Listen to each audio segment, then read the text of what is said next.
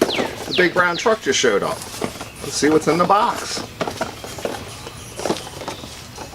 Well, whatever it is, we don't think it's fan mail. Let's give it a cut open here.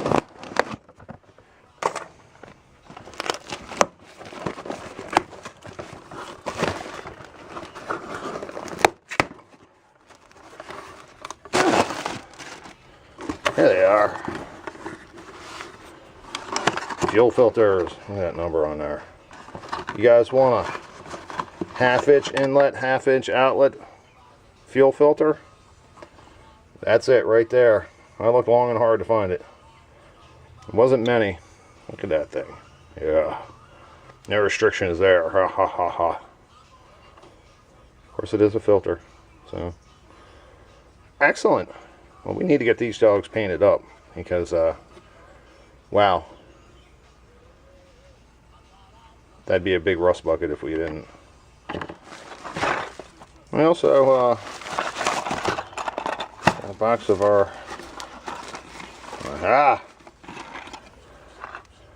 yeah, baby. One down. Got ourselves a little American freedom flying over there. Ahoo!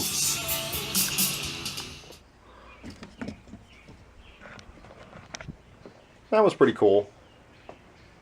During the summertime, we usually have enough eagles down here to redo the Hotel California tour, so it's not really abnormal. But they can be some rude son bitches, let me tell you. They're pretty to look at and all, but one day I was out here and I was in a driveway standing in a boat, and one of them went after a bird, flew right into that tree. And let me tell you, the human instinct when you hear wings flapping and you see a shadow come over top of you to duck and cover, it's still there, because trust me, it was like a freight train went through there. The other bird flew out the other didn't got away, so that didn't have to witness that terror, but you know, that's one story. Another one is they like to catch their food and then drop it. So people are finding all kinds of things dropped around in here, and one of them was somebody was using some LYs to do some either fishing or crabbing, and one of them snatched one up and dropped it in my backyard, and my bullies went out there. What are you girls doing? Bully pile? Busy day? My bullies went out there and had the most exquisite time rolling, playing, and doing everything else they could with this LY. And when they hit the door, oh my god. So yes, they're very pretty to look at, but they definitely come with a cost. So, but the thing about this one is, we have our fuel pump and our fuel filters, and they are not the right color. Kind of like with the plates on the aluminum plates for the fuel pressure regulators. This raw metal, it'll be leaching rust in no time. So we're going to tape it up, hang it up, and spray it up. So I'm going to go ahead and get started while y'all listen to my chirping cardinal female about 3 feet from the camera. Enjoy.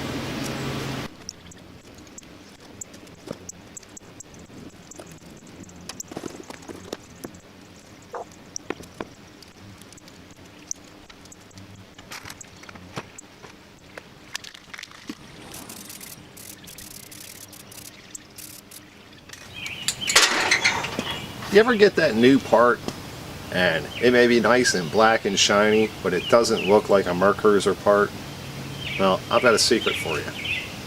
Ours also being a K. Kiefer / Mercury / Mercruiser / Chevrolet, we also want our parts to look a bit also. So, we've already done our fuel filters here with a couple layers of Rustoleum flat black. Now here's the secret. the flat black won't hold up. But then you go with a clear coat, but not only a clear coat, but a matte clear coat. That way it comes out just shiny enough, but not overly glossy. In other words, it looks like a Mercruiser part. We're not going to spray this here. It doesn't dry as fast as the flat black does, and when it goes, it tends to float wherever it goes and sticks. So we're going to do this over in the yard.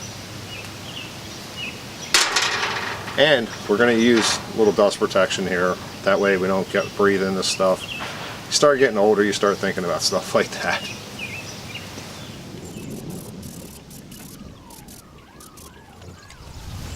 Okay, do you two mind if I do my shot now? Just sit there. Don't go anywhere.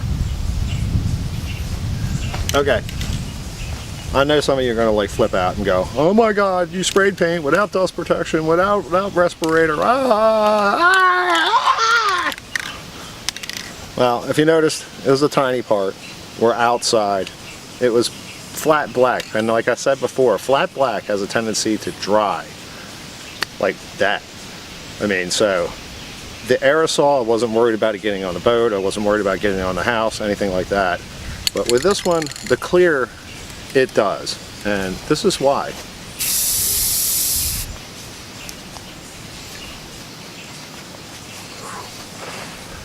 And it's still going. So this is why we go and do that in the yard. It's just a precautionary thing. It's but it does have a tendency to fly, even on a dry day like it is today. So just as an FYI.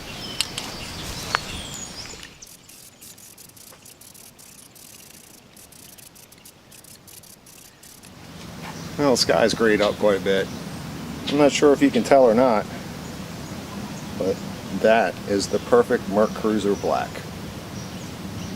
Just shiny enough and just dull enough.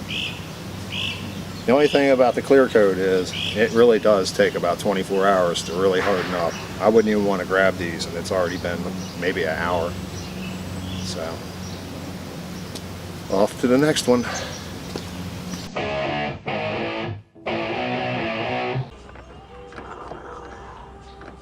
Let's talk steering for a second. The last thing in the world you want to happen is to lose your steering when you're going. It's happened to me once. I had a steering cable break, about 45 miles an hour. Scared the crap out of me, threw me across the boat, but it wasn't the end of the world. When you're going balls to the wall in a race boat, that's the worst thing in the world that can happen. So, the best way to prevent from losing your steering if a cable breaks is to make it have two cables. Power steering and such was really not around for race boats back then, and on top of that, you didn't want extra things to draw power off the motor and have the potential of breaking and causing serious issues. So they used these dual bezel for a satellite steering, say like a boat with a fly bridge, and they put in one cable here, and they put in one cable here, one cable up here, one cable here, and you put them in counter rotation to each other, so when one pulls, the other one pushes.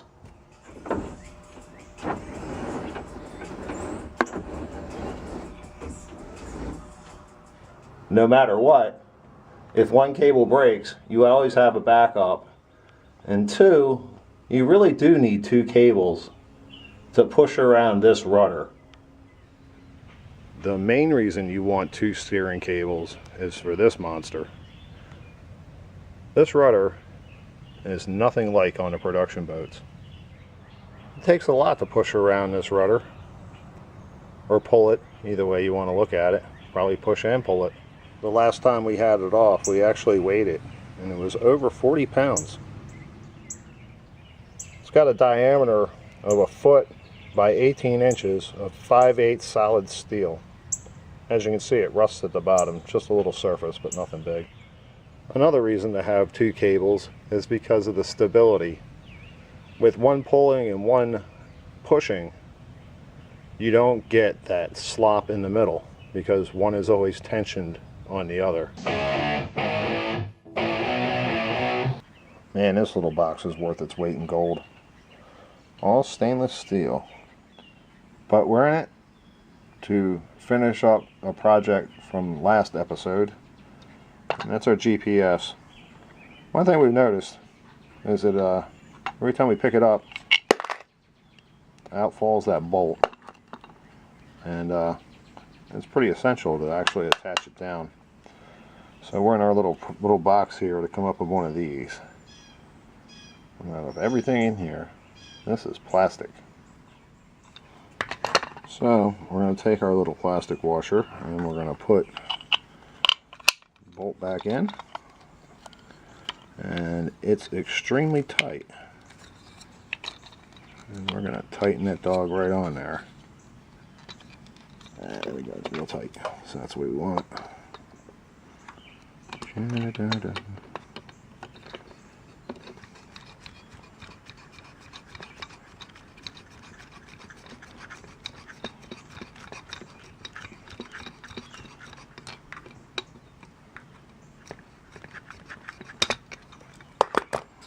Like so. And as you can see, it spins, it spins, and it stays in. Awesome. In our travels today, we also found this nifty little dry bag. Looks perfect for everything.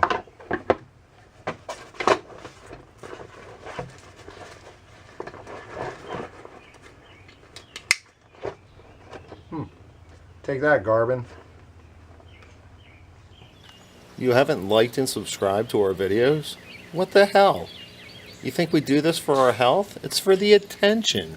We want the attention.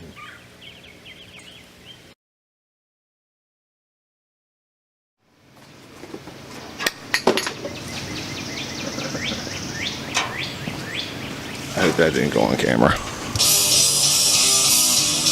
What the hell happened to the video?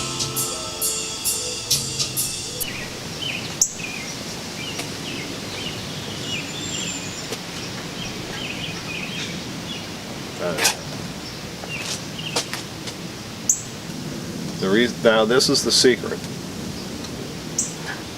When you do the flat back, this is horrible. Why am I doing this?